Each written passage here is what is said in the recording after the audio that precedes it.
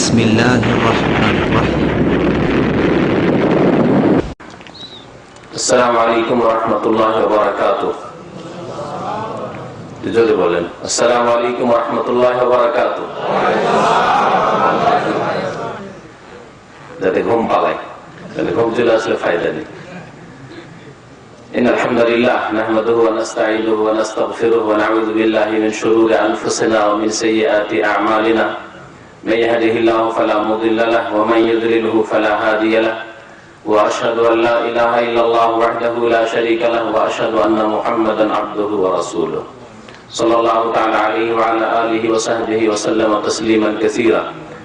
يا أيها الذين آمنوا اتقوا الله حق تقاته ولا تموتن إلا وأنتم مسلمون. يا أيها الناس اتقوا ربكم الذي خلقكم من نفس واحدة وخلق منها زوجها وبث منهما رجالا كثيرا ونساء واتقوا الله الذي تساءلون به والأرحام إن الله كان عليكم رقيبا.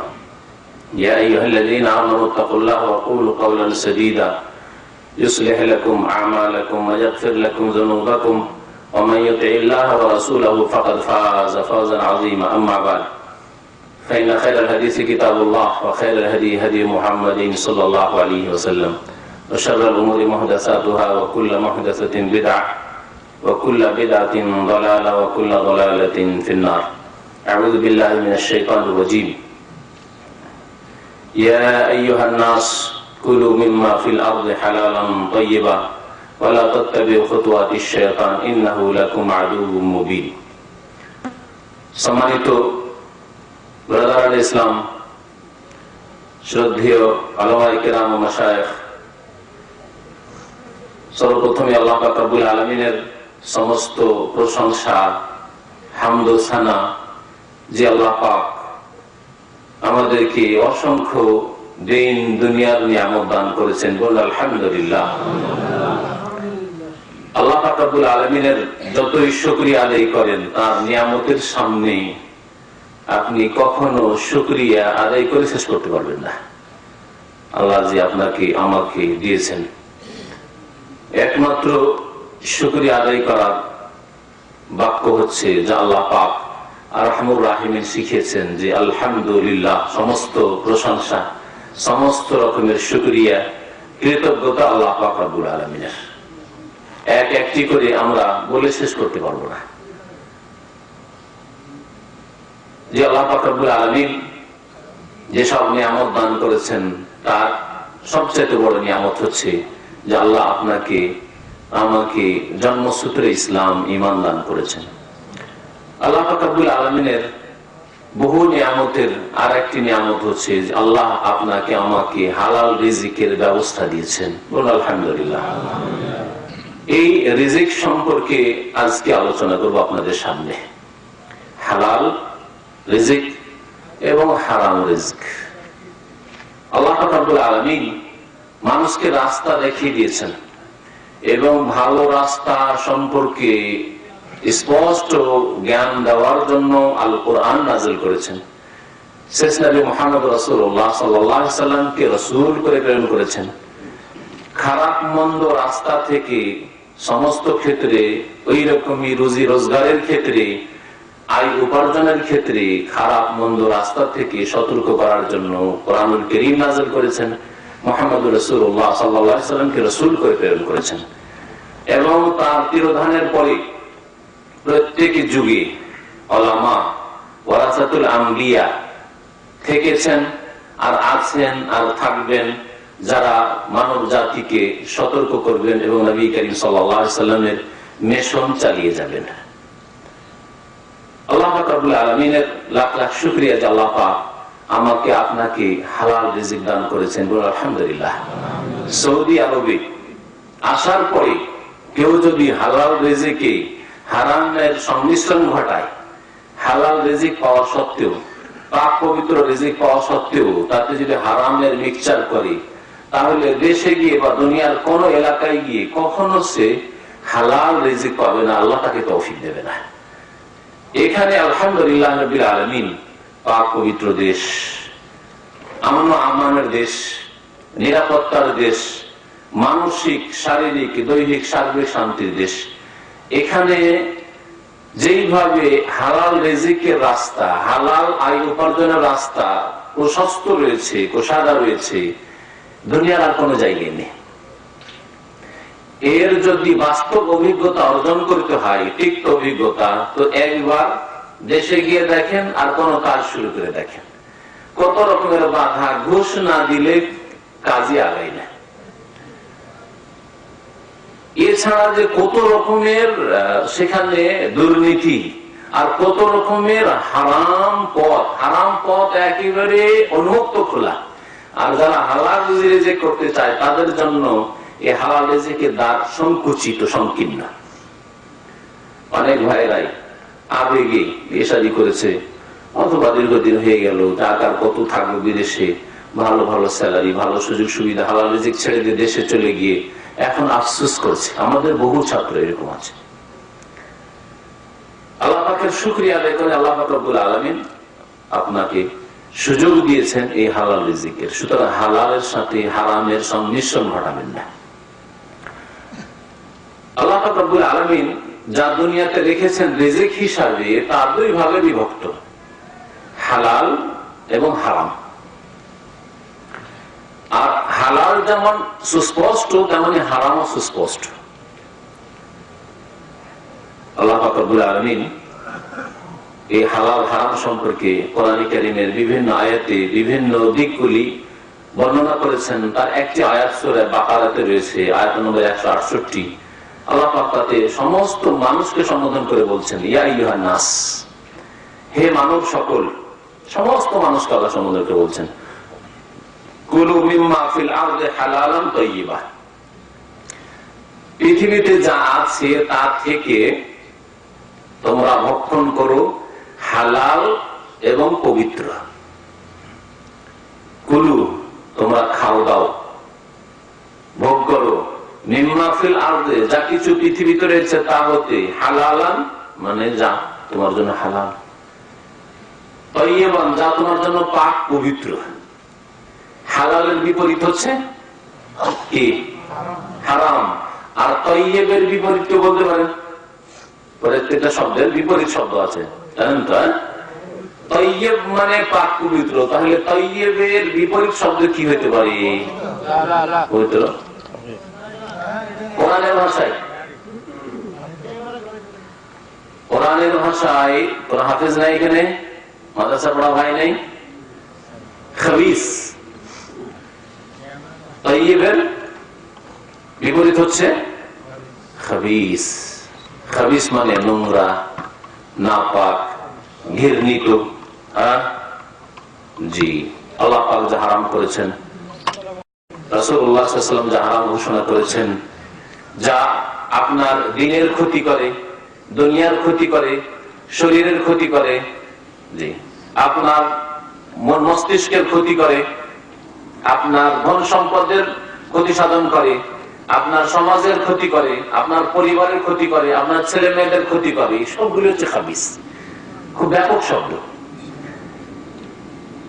তাহলে যেগুলি ক্ষতি করে আপনার অথবা আপনার পরিবারের, আপনার ধন দৌলতের, আপনার সমাজের, আপনার দেশের, সেগুলি হচ্ছে খাবিস। তাহলে যেগুলি ক্ষতি করে না, যেগুলোতে আপনার মন মস্তিষ্কের ফায়দা রয়েছে, আপনার শারীরিক ফায়দা রয়েছে, আপনার পারিবারিক ফায়দা রয়েছে, ছেলে মেয়েদের ফায়দা রয়েছে, আপনার সমাজের ফায়দা রয়েছে, আপনার দেশের ফায়দা রয়েছে, সেগুলি হচ্ছে তাইয়্যিব। তাইয়্যিবের বহুবচন হচ্ছে তাইয়্যিবাত।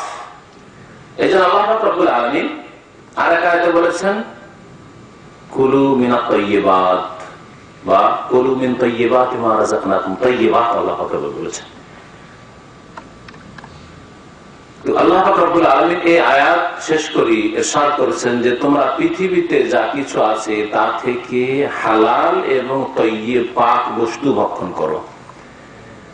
আর যদি হালাল পাক বস্তু ভক্ষণ না করো, তাতে হারামের সংমিশ্রণ করো, অথবা খবিস নোংরা বস্তুর সংমিশ্রণ ঘটাও, তাহলে এটা শয়তানের অনুসরণ করা হবে। ওয়ালা তাত্তাবিউ খুতুওয়াতিশ শাইতান, তোমরা শয়তানের পায়ে পা দিও না, শয়তানের কদমে কদম রাখিও না, শয়তানের পদাঙ্কের অনুসরণ করিও না। ওয়ালা তাত্তাবিউ খুতুওয়াতিশ শাইতান, ইন্নাহু লাকুম আদুউম মুবিন, কারণ শয়তান তোমাদের প্রকাশ্য শত্রু।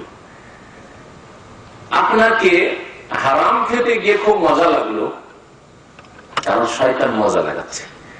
হারাম ভোগ করতে, হারাম খেতে, হারাম পান করতে, হারাম টাকা পকেটে ঢুকাতে, হারাম জিনিসের ব্যবহার করতে মজা লাগে, কারণ শয়তান মানুষের জন্য সুসজ্জিত করে তা পেশ করে। আল্লাহ রাব্বুল আলামিন এই বিষয়টি কোরআনে কারীমের একাধিক আয়াতে উল্লেখ করেছে। ওয়াযায়্যানা লাহু শাইতান আমালাহু, শয়তান মানুষের জন্য তাদের কর্মগুলিকে সুসজ্জিত করে, অলংকৃত করে পেশ করে, মজা লাগে।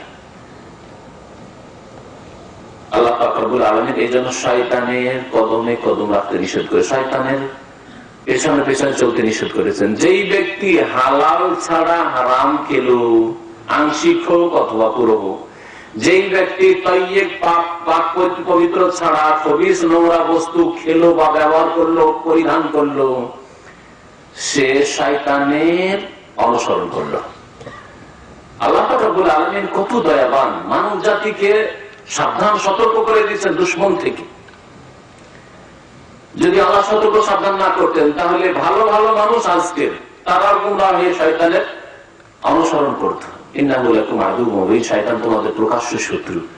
শয়তান ওই যে শুরু করেছে আদম আলাইহিস সালামের জামানা থেকে শত্রুতা করতে, কিয়ামত পর্যন্ত এই শত্রুতা অব্যাহত থাকবে। সুতরাং সাবধান। হালাল এবং তাইয়্যিব, এই দুটি বিষয় সম্পর্কে আপনাদের সামনে আলোচনা করব। হালালের বিপরীত হচ্ছে হারাম।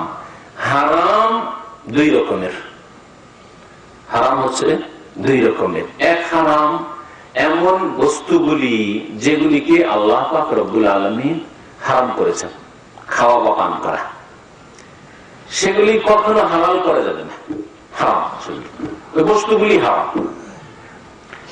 আর দ্বিতীয় কিছু হারাম জিনিস রয়েছে যেগুলি আসলে হালাল ছিল, কিন্তু বহিরাগত কারণে, বিশেষ কোন কারণে সেই জিনিসগুলি হারাম হয়ে গেছে। আসলে জিনিসটা হারাম নয়, কিন্তু জিনিসটা আপনার কারণে হোক, অন্য কারো কারণে হোক, আপনার ছেলের কারণে হোক, আপনার স্ত্রীর কারণে হোক, আপনার জন্য হারাম হয়ে গেছে। উদাহরণ দিলে বুঝতে পারবেন। আল্লাহ পাক রব্বুল আলামিন যেসব জিনিসকে হারাম করেছেন আসলেই হারাম।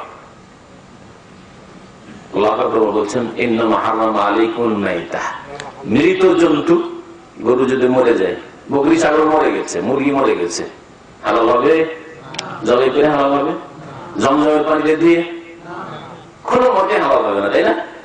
হারাম হয়ে গেছে। ইন্নামা হারামা আলাইকুম মাইতা, আল্লাহ পাক তোমাদের জন্য মৃত জন্তুকে যেগুলি জবাই করা ফরজ, তাহলে হালাল হবে না।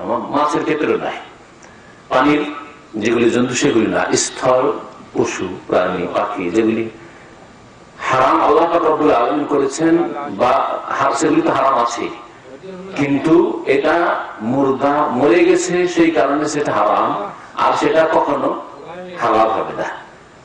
ওয়াদাম, আল্লাহ বলছেন রক্ত হারাম করেছেন। কেউ যদি রক্ত পান করে, রক্তকে হালাল করা যাবে? দুধে যদি মিক্স করে খান, জমজমে মিশিয়ে খান, কোন মতে হালাল হবে, রক্ত হারাম। ওয়ালাহমাল খিনজির, শরীর গোশত হালাল হবে?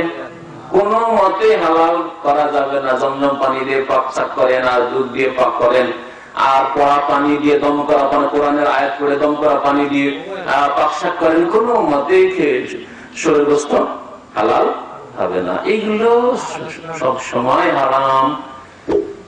এর উদাহরণ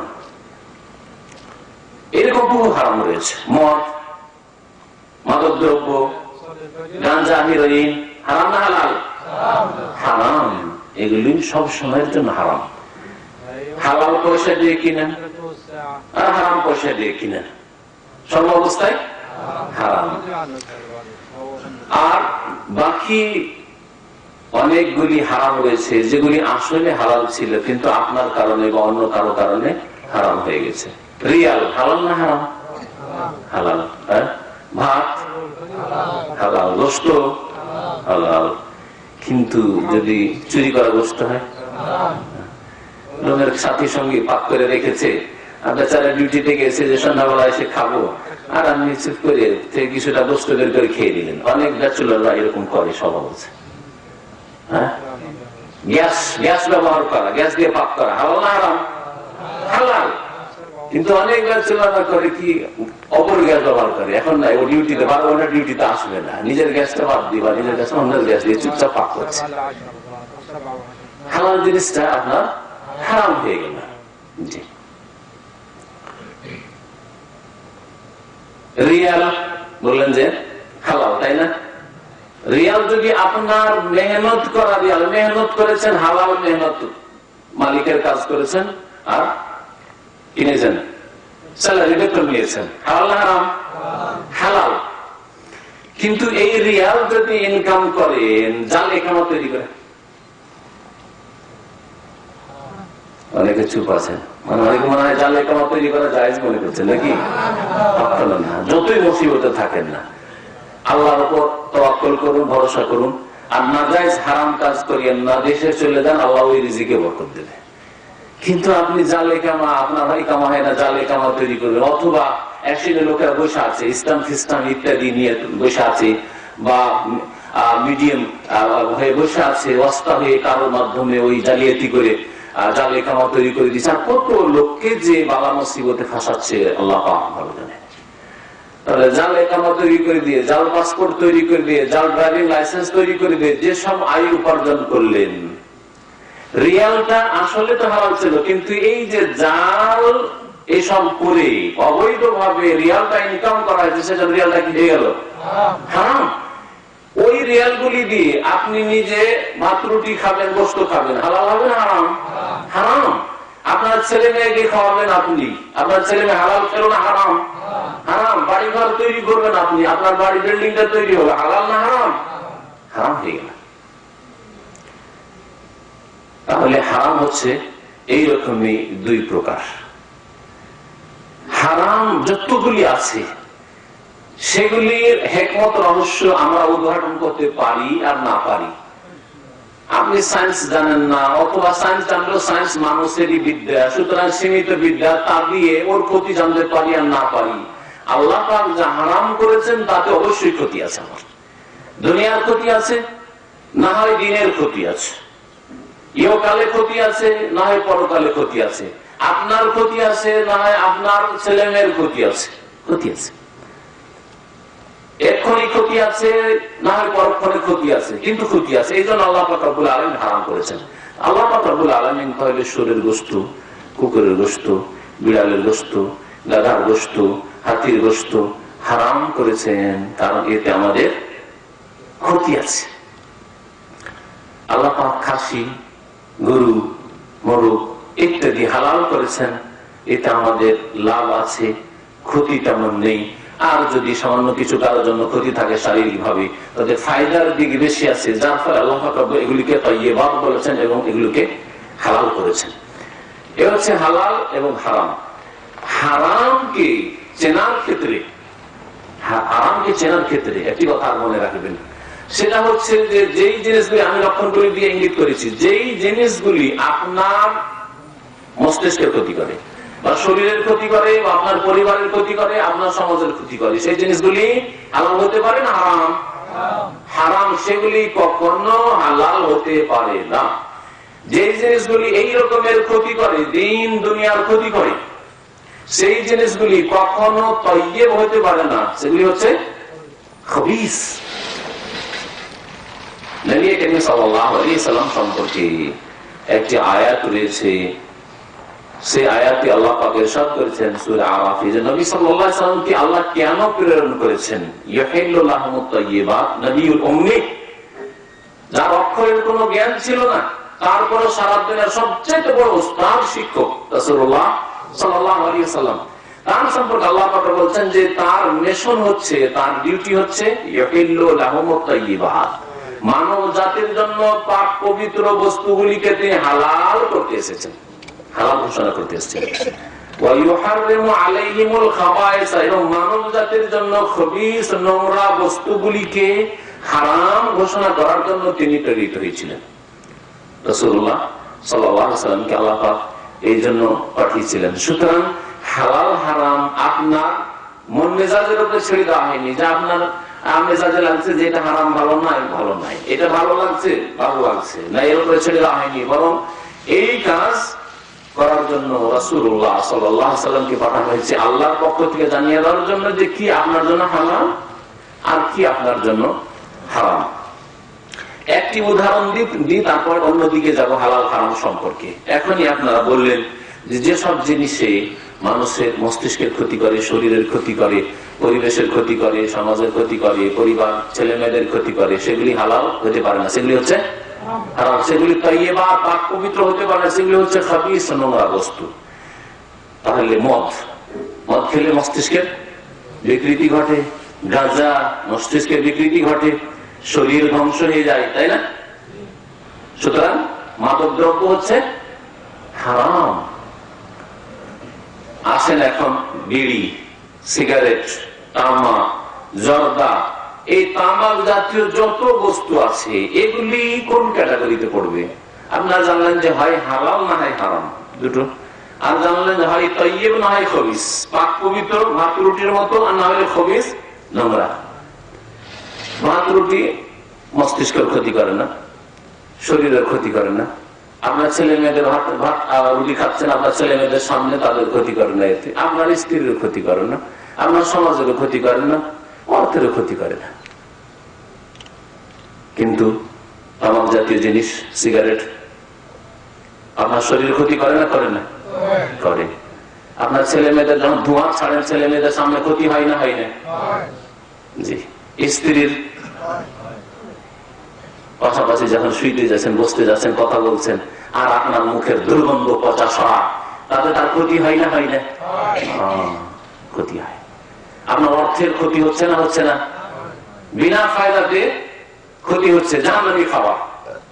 আমি বলি যে এই বিড়ি, সিগারেট, এই তামাক জাতীয় জিনিস হচ্ছে জাহান্নামী খাবার। জাহান্নামী খাবারের গুণ সম্পর্কে আল্লাহ পাক রব্বুল আলামিন সূরা গাশিয়াতে বলেছেন যে লাইসা লাহুম তাআমুন ইল্লা মিন দারি'in লা ইউসমিনু ওয়া লা ইউগনি মিন জু। খাদ্যের উদ্দেশ্য কি? মানুষ যে খায়, ভাত খান, রুটি খান, উদ্দেশ্য কি? দেখি আপনাদের ব্রেন থেকে বলেন। হ্যাঁ, ক্ষুধা নিবারণ একটা উদ্দেশ্য। দ্বিতীয় উদ্দেশ্য শরীরকে সুস্থ রাখা। দুটো উদ্দেশ্য। মানুষের পেটে খাবার দেওয়ার উদ্দেশ্য হচ্ছে যে খিদা দূর করা, কারণ মানুষের পেটের চাহিদা আছে, সেটা দূর করতে হবে। দ্বিতীয় হচ্ছে শরীরটাকে সুস্থ রাখা। এই জন্য স্বাস্থ্যকর খাবার খান, স্বাস্থ্যের জন্য ক্ষতিকর খাবার কখনো আপনি খাবেন না। জাহান্নামী খাবার সম্পর্কে আল্লাহ পাক রব্বুল আলামিন বলছেন যে এমন খাবার দেওয়া হবে, দারি নামক কণ্টকযুক্ত খাবার, লা ইউসমিনু, যা শরীরের জন্য স্বাস্থ্যকর নয়, শরীর তাতে ভালো হবে না, ওয়া লা ইউগনি মিন জু, আর তাতে খিদাও দূর হবে না। জু মানে খিদা, তাতে ক্ষুধা নিবারণ হবে না। বিড়ি, সিগারেট, জর্দা, তামাক, দিনে যদি 50টা সিগারেটও খান, আজকে 20টা সিগারেট খেয়েছি, সেজন্য দুপুরের খানা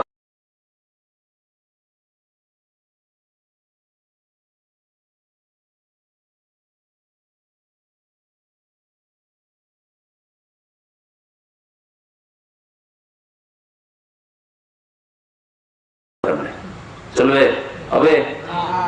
তাহলে খিদা দূর করাতেও কাজে আসে না যে আজকে দুপুর খাবার লাগবে না, রাতের খাবার লাগবে, রাত আজকে বিড়ি খেয়ে থেকে যাবো, সিগারেট খেয়ে থেকে যাবো, জর্দা খেয়ে থেকে যাবো, এটা হয় না। তাহলে এই জাহান্নামী খাবারের এক লক্ষণ পাওয়া গেল। দ্বিতীয় লক্ষণ হচ্ছে যে স্বাস্থ্যকর নয় সেই খাবার। বিড়ি, সিগারেট, জর্দা, তামাক এগুলি শরীরের জন্য উপকারী না অপকারী? অপকারী। এমন অপকারী, এমন অপকারী যে যারা কাফের, যারা অমুসলিম, আল্লাহ পরকালে বিশ্বাসী না, কোরআনের বিধানে বিশ্বাসী নাই, শরীয়তে বিশ্বাসী নাই, তারাও লিখে রেখেছে সিগারেটের প্যাকেটে যে এটা হচ্ছে শরীরের জন্য, স্বাস্থ্যের জন্য ক্ষতিকর বস্তু। সতর্ক করে দিয়েছে, বিক্রি করেছে, সতর্ক করে দিয়েছে। তাহলে জাহান্নামী খাবার না? বিড়ি, সিগারেট, জর্দা, তামাক, গুল, খৈনি, যতগুলি জিনিস আছে এই ধরনের জিনিস, সেগুলি। আর ঢালাহারি খাচ্ছে, বিড়ি সিগারেট যারা খাচ্ছে, তারা কে আমাদের দেশের মোল্লারা যারা জর্দা দিয়ে পান খায়, তারা একটু অভদ্র বলে, হ্যাঁ বিড়ি সিগারেট খায়। আর ওরা যে ভদ্রতার সাথে হারাম খাচ্ছে, পার্থক্য শুধু একটু, পানে জর্দা দিয়ে ভদ্রতার সাথে হারাম খাচ্ছে, আর বিড়ি সিগারেট যারা খাচ্ছে এই ঘুষে ঘুষে খাচ্ছে, একটু অভদ্রতার সাথে খাচ্ছে, আর কোনো পার্থক্য নেই। এরা হারাম খাচ্ছে, ওরা হারাম খাচ্ছে। খাবাইস আল্লাহ পাক রব্বুল আলামিন দুনিয়াতে যা কিছু রেখেছেন মানুষ ভক্ষণ করছে দুই ভাগে বিভক্ত, তাইয়্যিবাত আর খাবাইস। আচ্ছা, ভাত রুটি জুস বাথরুমে বসে খেতে পারবেন? কখনো রুচি হবে না যে ভাতের প্লেট নিয়ে বাথরুমে বসে আছেন, এদিকে পেশাব পায়খানাও চলছে আর খাচ্ছেন। এটা অমুসলিমও রুচি করে খেতে পারবে না। পক্ষান্তরে বিড়ি সিগারেট, অধিকাংশ বিড়ি সিগারেট খোরেরা আর জর্দা দিয়ে যারা পান খায়, পান চিবাচ্ছে আর এদিকে কাজায় হাজার করছে। বিড়ি সিগারেট অনেকে বলে, এরকম শুনে থাকি, পরোক্ষ ভাবে শুনে থাকি, যে ওদের পায়খানায় খোলাসা হয় না যতক্ষণ পর্যন্ত সকালবেলা গিয়ে বাথরুমে একটা বিড়ি ধরে বা সিগারেট ধরে না বসবে। খবিস জায়গায় গিয়ে খবিস জিনিস খায়, তাইয়্যিবা কখনো খায় না। আর ভালো জায়গায় ভালো জিনিস খায়। এই মজলিসে, নেকির মজলিসে, মসজিদে, মাদ্রাসায়, ভালো পরিবেশে আপনি ভাত রুটি জুস সবকিছু খেতে পারবেন। কিন্তু এখানে যদি কোন বেনামাজিকে বলা হয় যে তোমাকে এখানকার সিগারেট ধরিয়ে খেতে হবে, কখনো পারবেন না। পারবেন? বাংলার সামনে কখনো পারবেন না, আপনি যদি সামান্য ভদ্রতা থাকে। আমাদের দেশের মানুষকে দেখা যায় আসতে আসতে দেখলে সামনে হুজুর আসছে, হ্যাঁ, যেহেতু হুজুরকে একটু চিনে আছে, জানি জেনে নিবে যে আমি খাচ্ছি, বা দেখে নিবে, জানি যে খাই, কিন্তু না, ওর সামনে খাওয়া যাবে না, হুজুরের সামনে খাওয়া যাবে না, বাবার সামনে খাওয়া যাবে না, শ্বশুর বাবার সামনে খাওয়া যাবে না, ফেলে দিলে দেখে। তো ভালো জিনিস যদি হইতো অবশ্যই খেতে পারতেন। শ্বশুরের কাছে বসে বসে ভাত রুটি খেতে পারছেন না, বিড়ি সিগারেট কেন খেতে পারছেন না? তাহলে বোঝা গেল যে হারাম।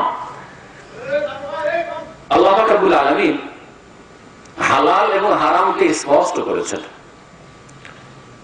নবী করিম সাল্লাল্লাহু আলাইহি ওয়াসাল্লামের প্রসিদ্ধ হাদিস, সহিহ বুখারী মুসলিমের হাদিস, আল হালালু বায়্যিনুন ওয়াল হারামু বায়্যিনুন। হালাল হচ্ছে স্পষ্ট আর হারাম হচ্ছে স্পষ্ট। জানার সামান্য চেষ্টা করলে আপনি জানতে পারবেন। ওয়াবাইনাহুমা মুশতাবিহাত, আর এই দুইয়ের মাঝে কিছু জিনিস আছে জনসাধারণের জন্য অস্পষ্ট, খানিকটা মুশতাবিহাত মানে অস্পষ্ট। মুশতাবিহাত মানে হালাল না, আপনার জন্য হুকুমটা অস্পষ্ট। অনেকগুলি ব্যবসা আছে, ব্যবসা সম্পর্কে আপনার বুঝতে অসুবিধা হচ্ছে। সুদ বুঝেন আপনি, 100 টাকা দিয়ে 110 টাকা নিলে সুদ হবে, এটা বুঝেন। কিন্তু কতগুলি সূক্ষ্ম বিষয় আছে, যা উদাহরণ তার এখানে সময় নেই, সেখানে আমার সন্দেহ হচ্ছে এটা সুদ হবে কি হবে না।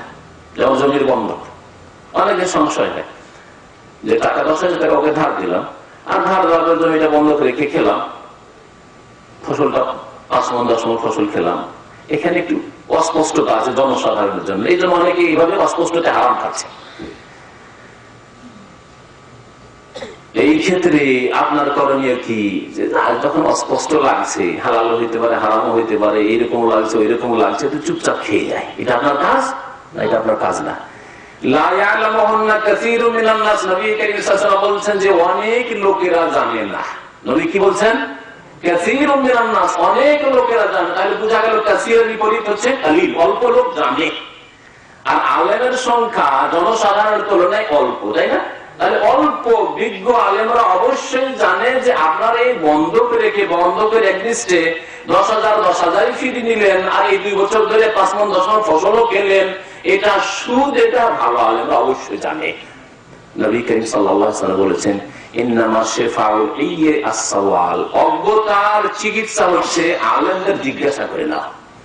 আপনার মাসলা জানা নেই, সুতরাং এর এলাজ হচ্ছে, এর ট্রিটমেন্ট হচ্ছে যে আপনি সওয়াল মানে জিজ্ঞাসা করে দেবেন, আর জিজ্ঞাসা করবেন না, আর এইরকম হারাম খেতে থাকবেন, সুদ, এটা আপনার জন্য চলবে না। তাহলে যে জিনিসগুলি সম্পর্কে নবী সাল্লাল্লাহু আলাইহি ওয়াসাল্লাম বলেছেন যে অস্পষ্ট, সেগুলির হুকুম অবশ্যই আছে, হয় হালাল নয় হারাম। আপনাকে অস্পষ্ট লাগছে, আপনার চাইতে বড়র কাছ থেকে, ইলমের দিক দিয়ে যে বড় তার কাছ থেকে, এবং কোরআন সুন্নাহর যে ইলম রাখে, আবার পকেট থেকে ফতোয়া দেয় না। আমাদের দেশে আবার ফতোয়া দেওয়ার জন্য হাদিস দলিল লাগে না, কোরআনের আয়াতও লাগে না, হাদিস দলিল টুলিল লাগে না, মান সম্মান বাঁচানো লাগে। অনেক মসজিদের ইমাম, ছোট মোটো মৌলভী সাহেব, হুজুর, এগুলি ফতোয়া দেয় মান ইজ্জত বাঁচাবার জন্য। এদের ঘরে মিলাদ করি, এদের মসজিদে অনুমতি করি, আর এদের বাচ্চাদের পড়াই, এরা আমাকে বেতন দেয়, রুজি রিজিকটা এই গ্রামওয়ালার হাতে। আর ফতোয়া জিজ্ঞাসা করেছে, যদি আমি ফতোয়া না দিই তাহলে আমাকে সরিয়ে দিয়ে আরেকজনকে নিয়ে আসবে, এই বলবে সাহেব আর হুজুর কেমন আপনি ফতুয়া দিতে পারেন, আপনাকে রেখে লাভ কি, যান। মানুষের হাতে রুজি আমরা মনে করে নিচ্ছি এক শ্রেণী লোকেরা, যার ফলে মানুষ ইজ্জত বাঁচাবার জন্য, চাকরি বাঁচাবার জন্য, রুজি রেজি বাঁচাবার জন্য ফতুয়া দেয়, আর নিজেও জাহান্নামে যায় আর অন্যকে জাহান্নামে নিয়ে যায়। ফাদাল্লু ওয়াদাল্লু, নিজেও পথভ্রষ্ট হয় তারা আর অন্যদেরকে পথভ্রষ্ট করে। সম্মানিত ভাইরা, নবী কারীম সাল্লাল্লাহু আলাইহি ওয়াসাল্লাম বলছেন যে হালাল হারামের মাঝখানে কিছু অস্পষ্ট জিনিস আছে, সেটাকে অধিকাংশ লোকেরা হয়তো জানে না, কিন্তু অল্প লোকেরা, এর অর্থ হচ্ছে যে জানে, তাদেরকে জিজ্ঞাসা করে নিতে হবে। নবী কারীম সাল্লাল্লাহু আলাইহি ওয়াসাল্লাম বলছেন ফামানিত্তাকা শুবহাত, যেখানে আপনার সন্দেহ হবে যে এটা আমার জন্য হালাল না হালাল নয়, সেখানে আপনি বেঁচে থাকেন, সেখানে আপনি বেঁচে থাকেন। এতে আপনার ঈমান আমলের হেফাজত আছে, এতে আপনার দ্বীনের হেফাজত আছে, এতে আপনার জান্নাতের হেফাজত আছে, জান্নাত নষ্ট হবে না। আপনি একটা হালাল জিনিস যদি ছেড়ে দেন সতর্কতামূলক, কোন গুনাহ হবে না, সতর্কতামূলক ছেড়ে দিচ্ছেন, কি জানি ঠিক হয় কি হয় না, ছেড়ে দিন। কিন্তু একটা হারাম যদি সন্দেহ আছে তারপর হারাম কাজ করে না, তাহলে জান্নাতে যেতে হতে পারে।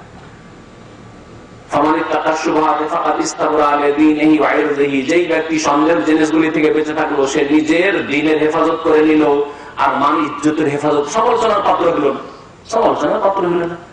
আপনি একটা সন্দেহের জিনিস করছেন, আপনি হয়তো তার হুকুম সম্পর্কে একটু সন্দিহান ছিলেন আর করে ফেললেন আর খেয়ে ফেললেন, আর অন্য লোকেরা তখন সুযোগ করে দেখো দেখো এই লোকটা এইরকম কাজ করছে, এইরকম ব্যবসা করছে, সমালোচনার পাত্র হয়ে পড়ে দাঁড়িয়ে।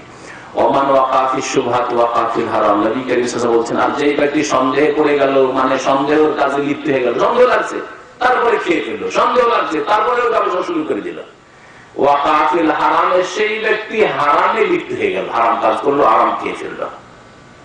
নবী কারীম সাল্লাল্লাহু আলাইহি ওয়াসাল্লাম এর উদাহরণ দিয়েছেন, রাখাল যখন গরু ছাগল চড়ায় আর চড়াতে চড়াতে আইল বুঝেন তো না, আইল কি বলেন, জমির সীমানা আইল, নিজের মালিকের জমিতে চড়াতে চড়াতে আইলে যদি চড়াতে চলে যায়, তাহলে তার জন্য কি আশঙ্কা আছে, চট করে আরেকজনের জমিতে আরেকজনের ফসলে মুখ দিয়ে দিতে পারে, খেয়ে নিতে পারে ওই গরু ছাগল গুলি, তাহলে হারাম কাজ করলো, গুনার কাজ করলো। ওই রকমই যেই ব্যক্তি সন্দেহের জিনিসে পড়লো, সন্দেহের কাজ করলো, সন্দেহের ব্যবসা করলো, সন্দেহ আছে রিজিকে তারপরে খেলো, ওয়াকাফিল হারামে, সেই ব্যক্তি হারামে লিপ্ত হয়ে গেল। আল্লাহ পাক রব্বুল আলামিন যেন আমাদের হালাল রিজিকে বরকত দান করেন এবং হারাম রিজিক থেকে আমাদেরকে বেঁচে থাকার তৌফিক যেন দান করেন। হারাম রিজিক খেলে, হারাম রিজিক খেলে দুনিয়ারও ক্ষতি আছে আর আখিরাতের ক্ষতি আছে, যদিও দেখে বড় অঙ্ক লাগছে। অনেক সময় টাকা পয়সা যখন ইনকাম হয়ে আসে, হারাম দিয়ে আর অনেক টাকা আসে, তখন লোভ সামলাতে পারেন না, অনেকে তো 2-4 টাকার লোভ সামলাতে পারে না, আর বেশি অঙ্কের টাকা আসলে তো আরো মুশকিল। সিনেমা হল খুলে মুসলমান দেশে ইনকাম করছে, দিনে হাজার হাজার লাখ লাখ টাকার ইনকাম হয়ে আসছে, এত বড় ইনকাম কি করে ছেড়ে দিই, লোভ সামলাতে পারে না। অনেকে অল্প টাকায় লোভ সামলাতে পারে না, ক্যাশে বসে মালিকের জিনিসপত্র বিক্রি করে দোকানপাটে বাকালায়, আর ওখান থেকে 1 রিয়াল 2 রিয়াল করে চুরি করে, বেশি না, সকালের নাস্তায় 2 রিয়াল কফিলের খায়, নিজের বেতন থেকে না খেয়ে কফিলের খায়, অথচ কফিলের অনুমতি নেই।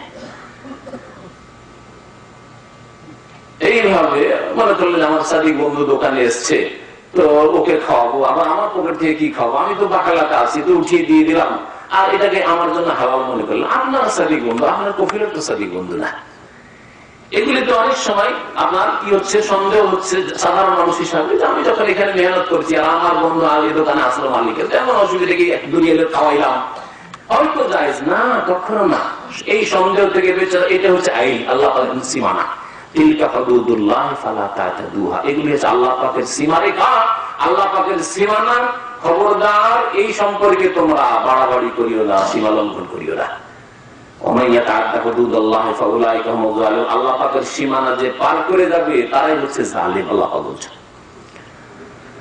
সম্মানিত ভাইরা, বলছিলাম যে হালাল রিজিকে বরকত রয়েছে, যদিও দেখতে অল্প হয়, আর হারাম রিজিকে যদিও দেখতে অনেক বেশি হয়, তাতে কোনো বরকত নেই, তাতে কোনো শান্তি নেই।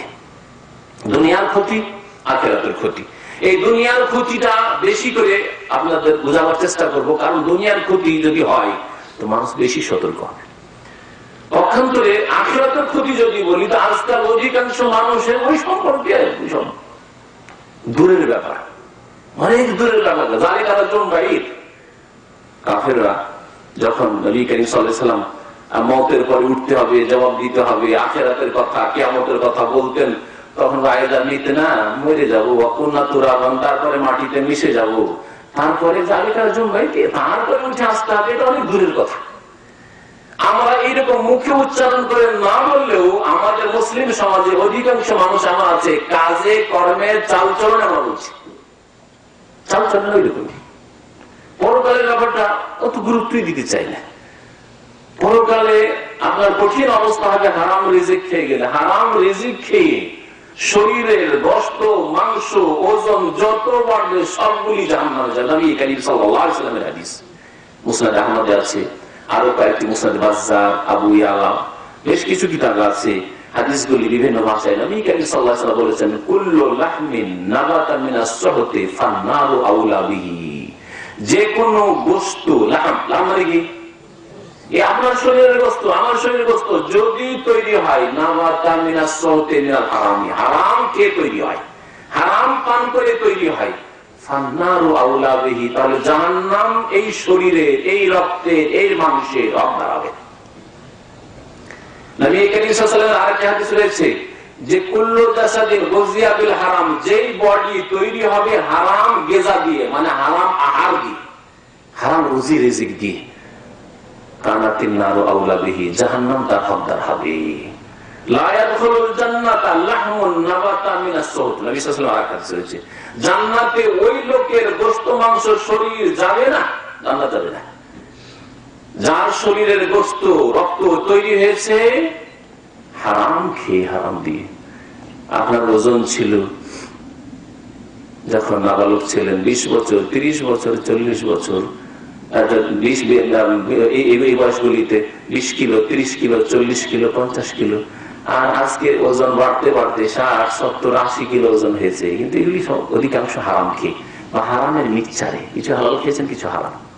মুসলিম সমাজের লোক হালালও খায়, হারামও খায়, অধিকাংশ লোকেরা এইরকম হয়ে তৈরি হয়েছে। এই যত গোশত তৈরি হয়েছে, যত রক্ত তৈরি হয়েছে, এই শরীর জাহান্নামে যাবে, জান্নাতে যাবে না, নবী করিম সাল্লাল্লাহু আলাইহি ওয়াসাল্লাম বলেছেন। কিন্তু এইরকম আখিরাত সম্পর্কে হাদিস শুনে যে হারাম খেয়ে যদি আমি শরীর তৈরি করি, বডি তৈরি করি, হারাম যদি রুজি রিজিক করি, হারাম যদি আয়ু উপার্জন করি, তা জান্নাত যেতে পারবো না, এতে লা ইয়াহরিকু সাকিনা, অধিকাংশ মানুষের মধ্যে হরকত আসে না, একটু ভয় তৈরি হয় না, চিন্তা তৈরি হয় না যে হাই কি করলাম, তাহলে আমাকে সংশোধন করতে হবে, তওবা করতে হবে। ইল্লা মান রাহিমাল্লাহ, অল্প কিছু লোক আছে যারা হয়তো সংশোধন করছে।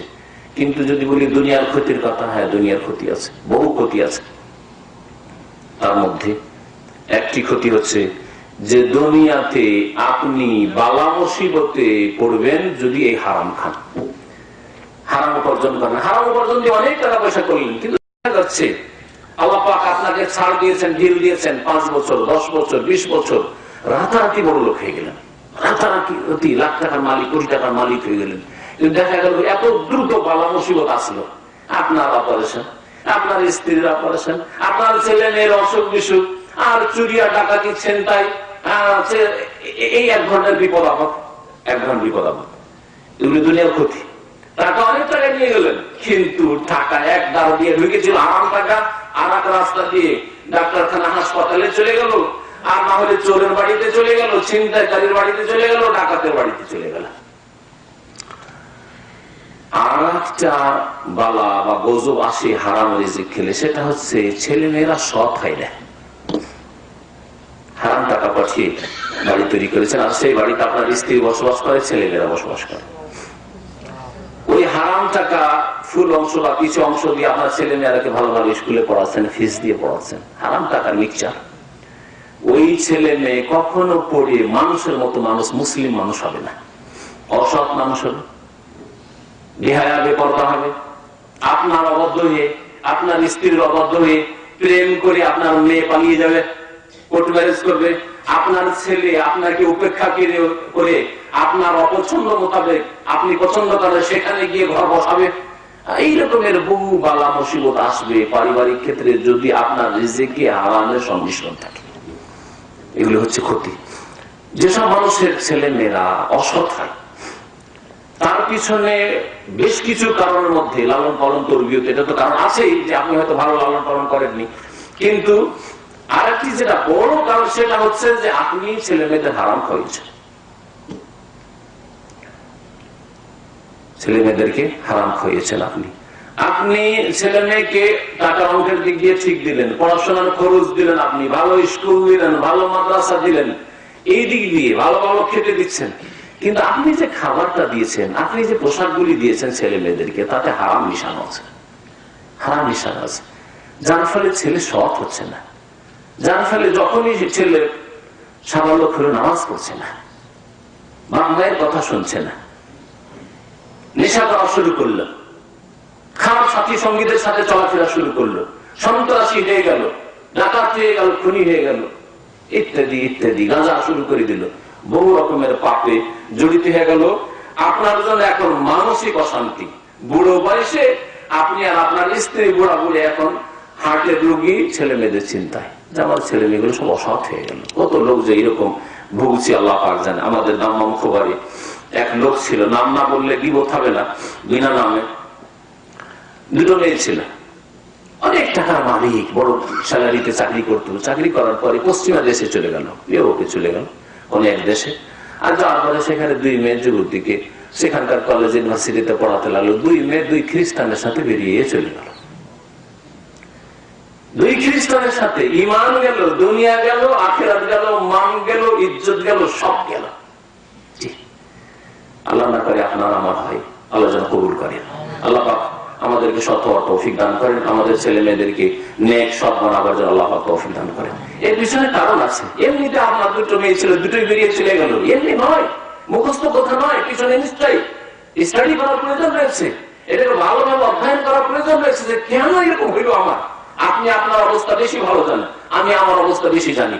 যদি আমার সাহাবায়ে কেরামরা এই সূক্ষ্ম অনুভূতি রাখতেন, এমনকি সালাফে সালেহ বলছেন যে আমার যদি ছোট্ট একটা গুনাহ থাকে, তার কুপ্রভাব আমার যে সওয়ারি ঘোড়া রয়েছে বা আমার যে উট রয়েছে তার চরিত্রে দেখতে পাই। ঘোড়ার উপরে চড়ে লাফ দিল, ঘোড়া পিঠে রাখতে চাই না, অথবা একটা লাফ ঝাড়লো, বুঝতে পারলাম যে আমি নিশ্চয় কোনো গুনাহ করেছি। এইরকম সূক্ষ্ম অনুভূতি তাদের ছিল। আর আপনার ছেলে লাভ মেরে দিয়েছে নাকি, আপনার মেয়ে লাভ মেরে দিয়ে চলে যাচ্ছে কোর্ট ম্যারেজ করে, আর আপনার অনুভূতি এত মোটা মোটা খান মোটা বুঝেন যে বুঝার চেষ্টা করছেন না যে এমনটা কেন হইল। এগুলি নিশ্চয় আপনি হারাম খাওয়িয়েছেন, হারাম পড়িয়েছেন, হারাম তরবিয়ত করেছেন, আপনি ইসলামিক তরবিয়ত করেননি।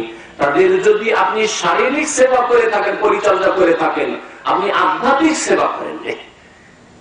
বাহ্যিক যদি আপনি লালন পালন মানে শরীরকে বড় করার জন্য, সুস্থ রাখার জন্য আপনি চেষ্টা করে থাকেন, কিন্তু মানসিক দিক থেকে, ইমানি দিক থেকে, রুহানিয়াতের দিক থেকে তাদেরকে মানুষ করার চেষ্টা করেননি আপনি।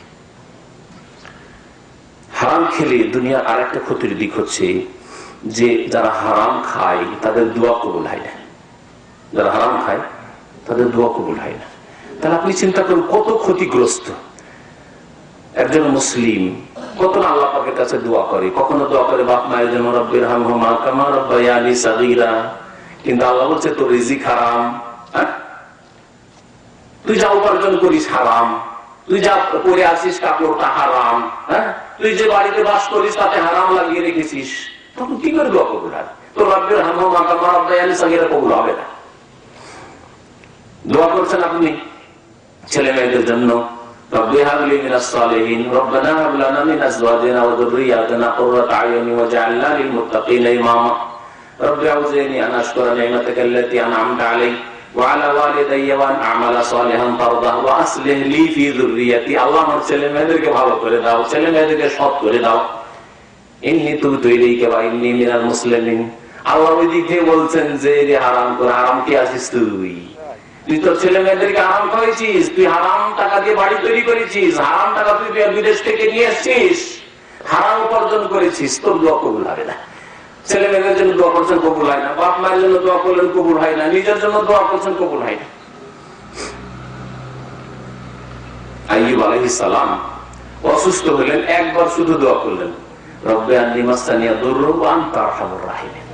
ছোট্ট দোয়া, হে রব আন্নী মাসসানিয়া দুররু, আমি অসুস্থ হয়ে পড়েছি, আমাকে অসুস্থ রোগ ব্যাধি আমাকে স্পর্শ করেছে, ও আনতা আরহামুর রাহিমিন, আর তুমি সবচেয়ে বেশি দয়াবান।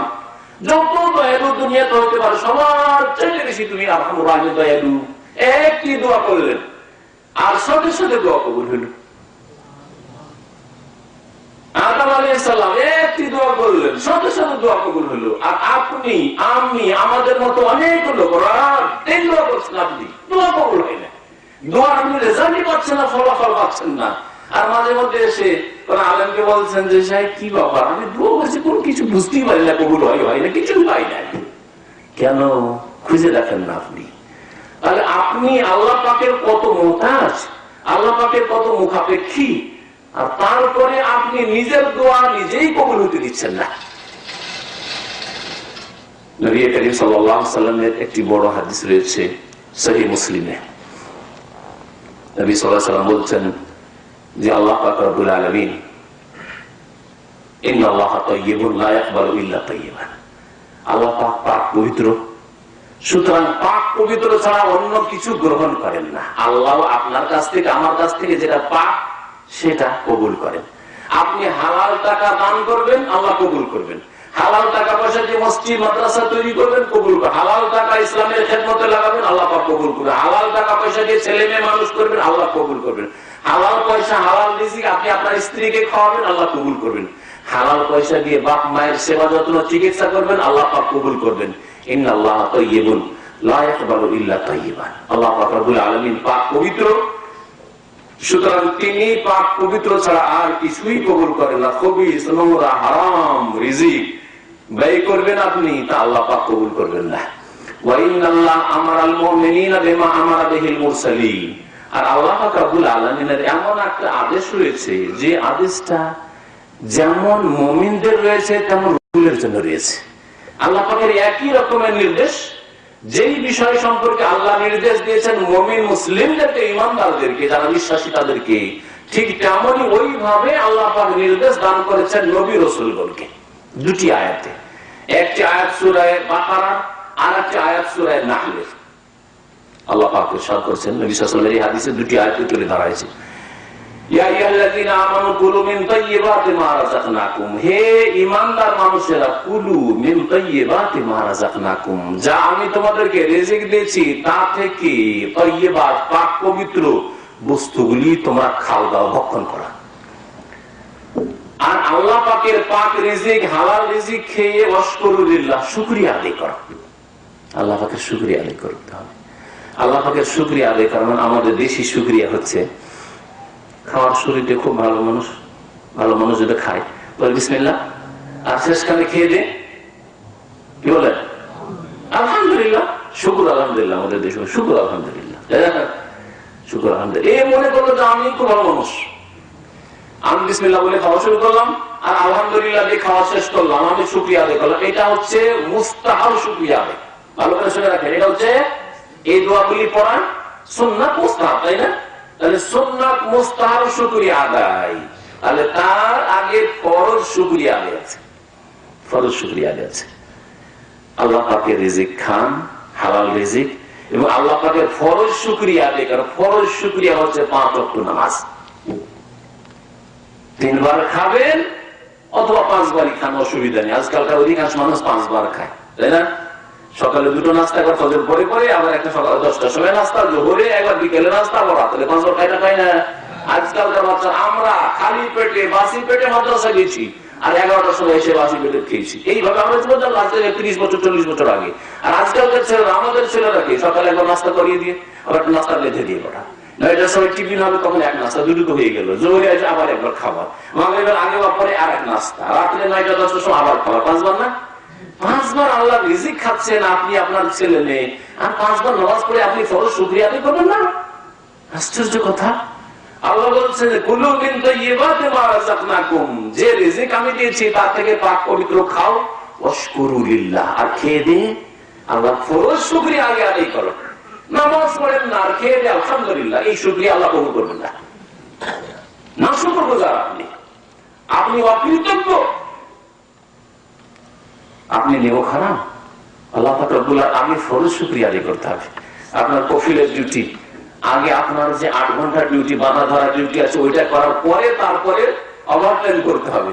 আর আপনি যদি বললেন যে বস আমি আমার এই ডিউটি করতে পারবো না, 8 ঘন্টা ডিউটি করতে পারবো না, তাহলে বিকালবেলা ঠান্ডার সময় এসে আপনার ওভারটাইম 2 ঘন্টা করে দেবো, চলবে? চলবে না। তো যারা শুধু খেয়ে দিয়ে আলহামদুলিল্লাহ বলেন আর 5 ওয়াক্ত নামাজ পড়েন না, খেয়াল করে 3 ওয়াক্ত 2 ওয়াক্ত 1 ওয়াক্ত পড়েন, এরা আল্লাহ পাকের ফরজ ডিউটি করতে চায় না, এরা ওভারটাইম করতে চায়। ওভারটাইম করা ছিল।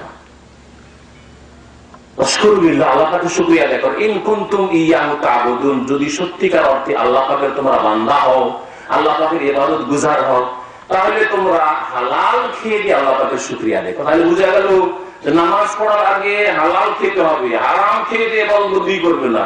হালাল খাও, হালাল পড়ো, হালাল পান করো, হালাল ছেলে মেয়েদেরকে খাওয়াও, পাক পবিত্র খাওয়াও। আর আল্লাহ পাকের ফরজ শুকরিয়া আদায় হচ্ছে 5 ওয়াক্ত নামাজ দৈনিক। আল্লাহ পাকের ফরজ শুকরিয়া হচ্ছে রমজান মাসের রোজা। আল্লাহ পাকের ফরজ শুকরিয়া হচ্ছে টাকা পয়সা আল্লাহ দিয়েছেন 70 2.5 টাকা, 100 টাকাতে মাত্র 2.5 টাকা গরিবকে দিন, এটা আল্লাহ পাকের শুকরিয়া আদায় করা। আল্লাহ পাকের শুকরিয়া হচ্ছে জীবনে কমপক্ষে একবার হজ করা, উমরা করা, এটা আল্লাহ পাকের শুকরিয়া।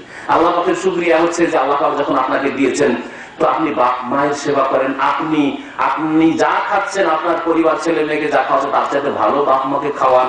কারণ বাপ মা যদি আপনাকে মানুষ করে এইরকম শক্তিশালী বড় না করে দিত, বিদেশে আপনি আসার ক্ষমতা রাখতেন না।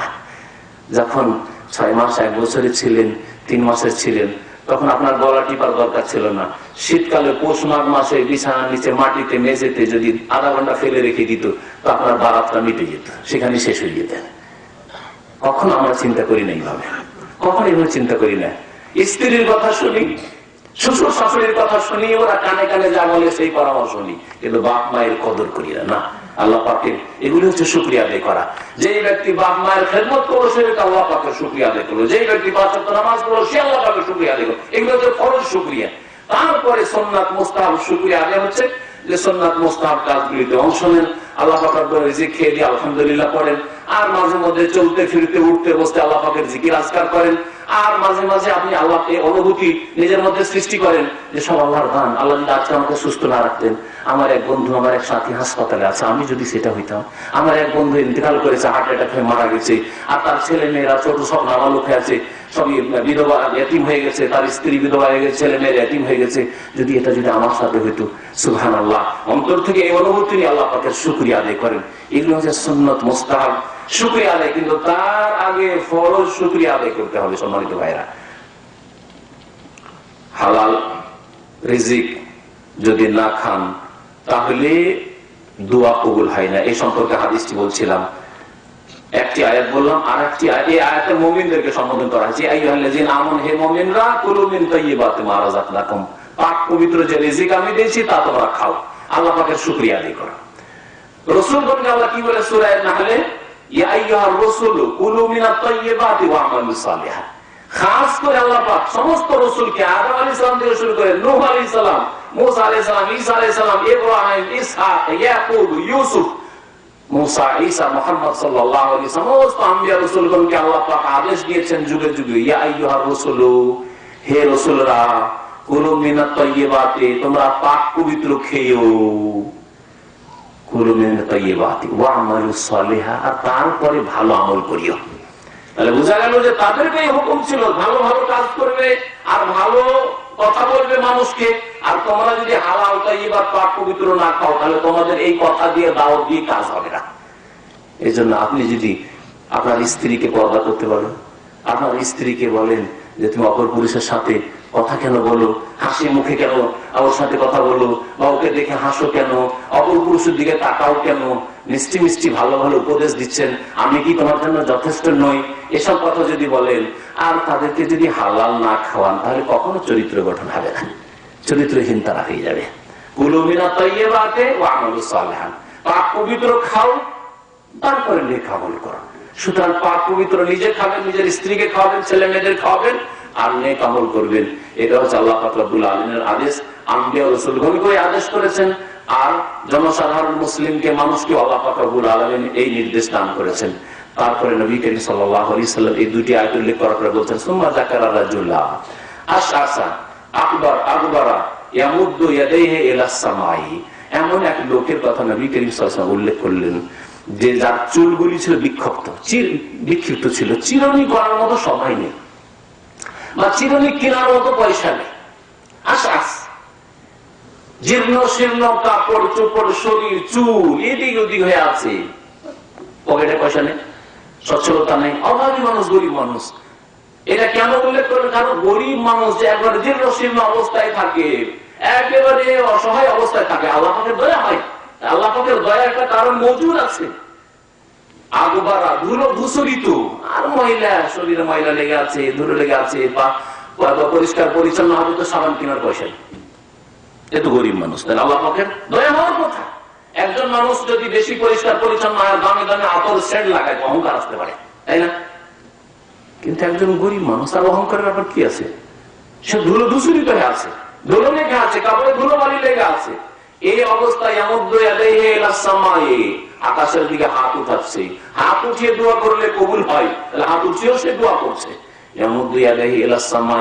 আর বলছে ইয়া রব্বি ইয়া রব্বি, হে আল্লাহ, হে আল্লাহ মাফ করে দাও, হে আল্লাহ আমার স্ত্রীকে ভালো রাখো, হে আল্লাহ আমার ছেলে মেয়েগুলিকে ভালো রাখো, আল্লাহ আমার বাপ মাকে ভালো করো, রহম করো, বাপ মা মারা গেছে তুমি জান্নাতবাসী করো, ইত্যাদি ইত্যাদি। আমার রিজিকে বরকত দাও আল্লাহ, আল্লাহ আমার ছেলে মেয়েদেরকে সুশিক্ষিত করো, আল্লাহ তাআলা মুসিবত থেকে তাদেরকে বাঁচিয়ে রাখো, দুশমনের হাত থেকে কবল থেকে বাঁচিয়ে রাখো, ইত্যাদি মেলা দোয়া করেছে।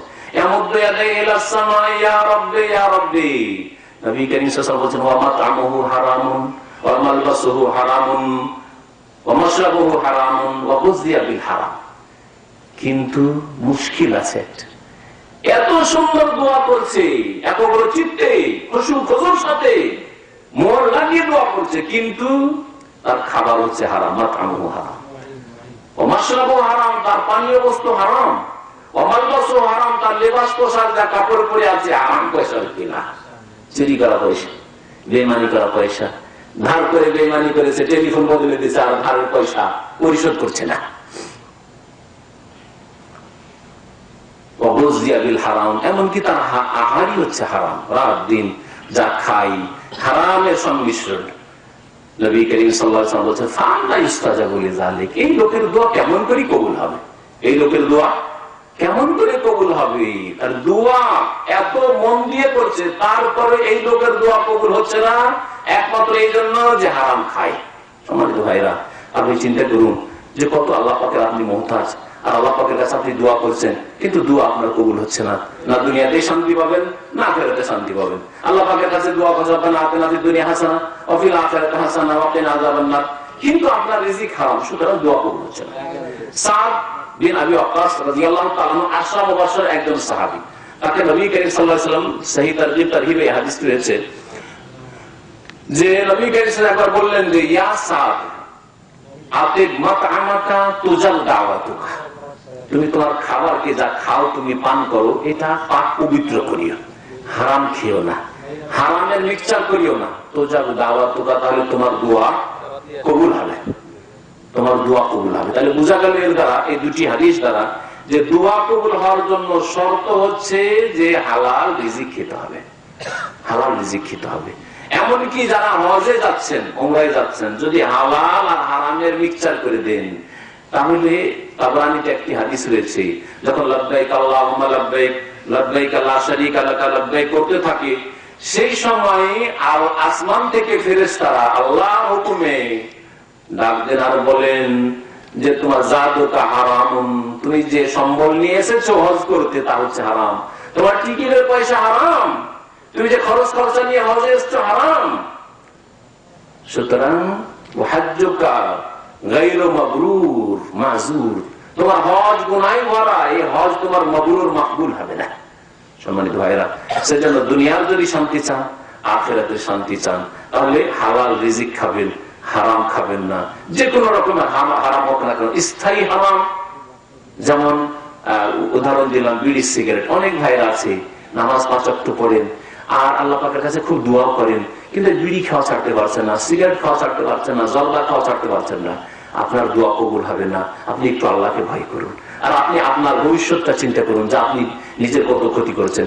ওই রকমের যারা চুরি করে, বেঈমানি করে, আত্মসাৎ করে, টাকা পয়সা ধার নিয়ে মেরে নিলেন, আর বিভিন্ন ভাবে আপনি হারাম অবৈধ উপার্জন করছেন। অনেকে ব্লু ফিল্মের সিডি বিক্রি করে, হারাম রিজিক।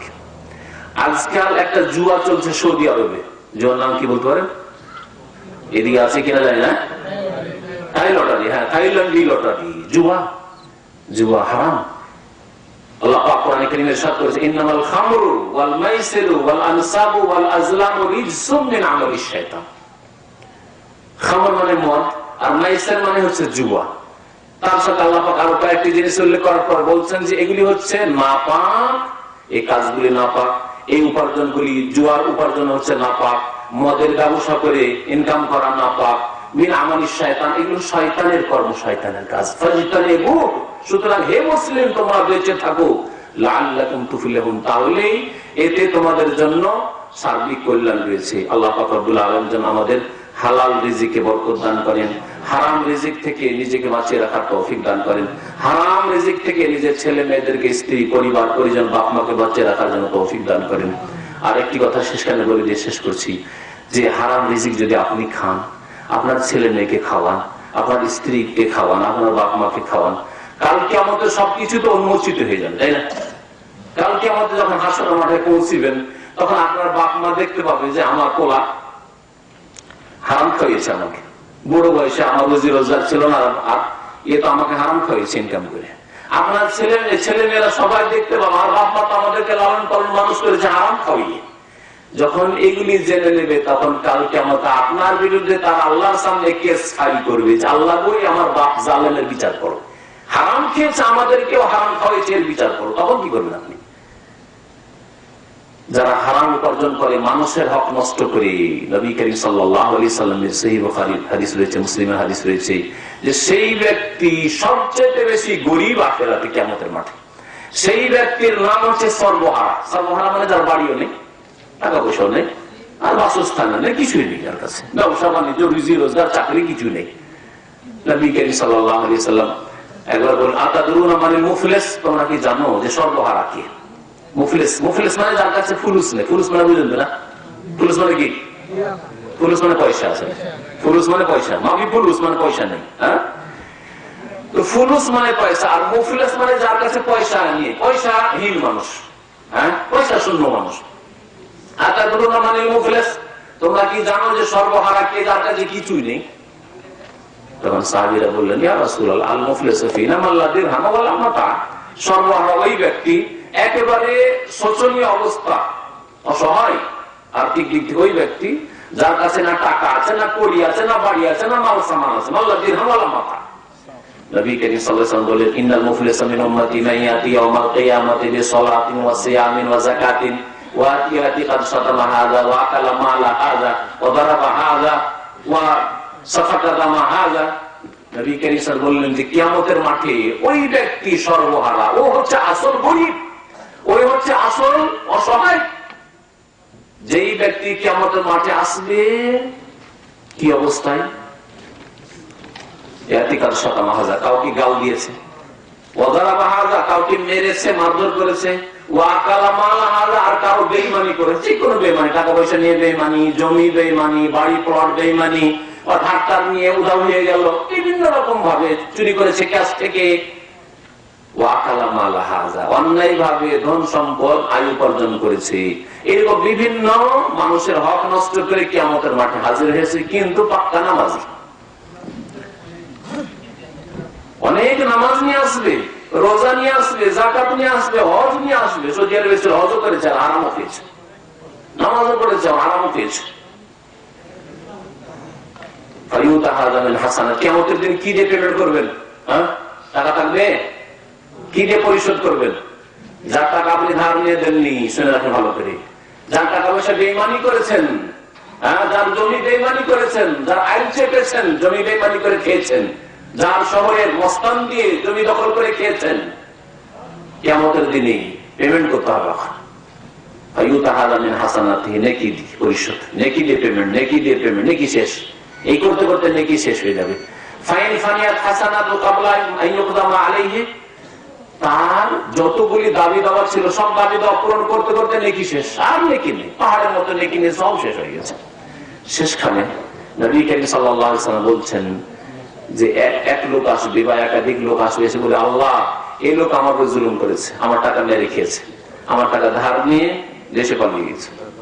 আর ওর ডিস্ট্রিক্টও জানতাম না, ওর গ্রামও জানতাম না, ওর টেলিফোন খোঁজ খবর ছিল না, টাকা পয়সা দেয়নি, আল্লাহ বেঈমানি করেছে। আল্লাহ বলবেন দেখো এর নেকি আছে কিনা, নেকি নিয়ে যাও তুমি। নেকি নেই, সব শেষ হয়ে গেছে।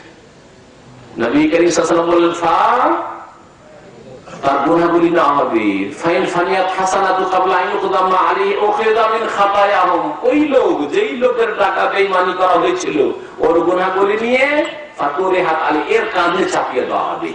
কাঁধে চাপিয়ে, নিজের তো গুনাহ ছিলই আর অপরের গুনাহ নিয়ে সুম্মা তুরিহা ফিন্নার, তারপরে ওই ব্যক্তি যে পাহাড়ের মতো নেকি সব নিয়ে এসেছিল, অন্য লোকে দিতে দিতে নেকিও শেষ আর অন্যের গুনাহ নিয়ে ফাতুরিহা ফিন্নার, জাহান্নামে ফেলে দেওয়া হবে। এই অবস্থা যেন আপনার না হয়, এই অবস্থা যেন আমার না হয়। আল্লাহ পাক আমাকে সংশোধন করার তৌফিক দান করেন। আল্লাহ পাক আপনাদের সকলকে সংশোধন করার তৌফিক দান করেন। আল্লাহ পাক আপনার আপনজন আত্মীয় স্বজনদেরকে সংশোধন করার তৌফিক দান করেন। আল্লাহ পাক আমাদের প্রত্যেক মুসলিম ভাই বোনদেরকে সংশোধন করার তৌফিক দান করেন। আল্লাহ পাক আমাদের হালাল রিজিকে যেন বরকত দান করেন, হারাম রিজিক থেকে আল্লাহ যেন আমাদের বাঁচিয়ে রাখেন। আল্লাহ পাক আমাদেরকে হালাল রিজিক অল্প হলেও তাতে সন্তুষ্ট হওয়ার তৌফিক যেন দান করেন। আল্লাহ পাক আমাদের গুনাহ খাতা যেন মাফ করে দেন। আল্লাহ পাক আমাদের সকলকে যেন জান্নাতুল ফিরদৌস দান করেন। আল্লাহ পাক রব্বুল আলামিন আমাদের এই মজলিসকে যেন কবুল করে নেন। আল্লাহ পাক আমাদেরকে নবী করিম সাল্লাল্লাহু আলাইহি ওয়াসাল্লামের শাফাআত যেন দান করেন, নবী করিম সাল্লাল্লাহু আলাইহি ওয়াসাল্লামের হাউজে কাউসার থেকে পানি যেন দান করেন। আল্লাহ পাক রব্বুল আলামিন আমাদের দুনিয়া এবং আখিরাতে সুখী করেন।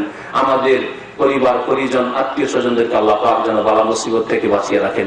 আমিন। সুবহান রাব্বিকা রব্বিল ইজ্জাতি আম্মা ইয়াসিফুন ওয়া সালামুন আলাল মুরসালিন ওয়াল হামদুলিল্লাহি রাব্বিল আলামিন।